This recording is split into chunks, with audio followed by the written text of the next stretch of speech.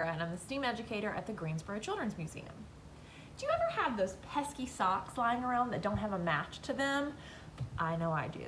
So what we're going to make today is a stuffed animal out of our pesky socks. What you'll need for this activity is a sock that doesn't have a match. Make sure to check with your adult that it's okay to use the sock. Some rice. I have a cup filled up here, but you might not need that much. A couple rubber bands, and a permanent marker. So your first step, you're gonna need a cup for this. You're gonna take your sock and you're gonna put it around the cup like this. This is gonna help you fill the bottom part with rice. So start pouring rice in. Don't pour all of your rice in. You don't wanna fill up your whole sock just yet. I'm using a small sock, but you can also use a really tall one as well if you want a bigger stuffed animal. So you're gonna fill it up enough to make the bottom. I feel like I need a little bit more for the bottom of my stuffed animal. Just a little.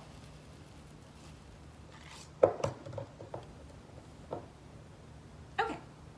Once you have your bottom filled up as much as you want, you're gonna take your rubber band and you're going to wrap it around that part of the sock. Then you're gonna put it back in the cup.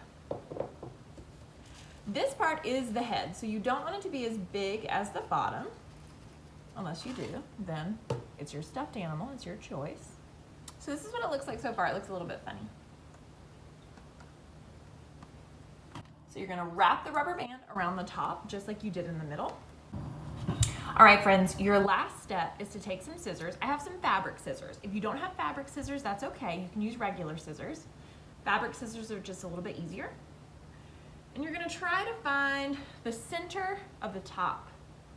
And you're gonna cut it down the middle as best as you can. Watch your fingers.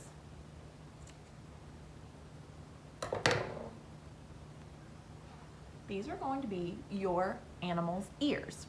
So you can keep them like this and they can be a bunny, but I'm gonna do something a little bit different. So originally I was gonna make this into a cat. I was gonna try to make cat ears. These don't look like cat ears, but you know, even the best fall down sometimes. So it's okay if this doesn't turn out exactly how you want it to. Now it is a fun bunny with really spunky ears. Your very last step is to make a face. Let's see, what does a bunny nose look like?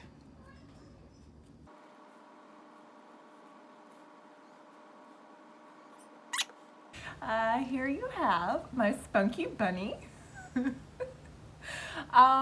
If you make your own stuffed animal out of a sock and rice, please make sure to post a picture or a video of it on our social media, on our Instagram or our Facebook, because I really want to see how yours turned out.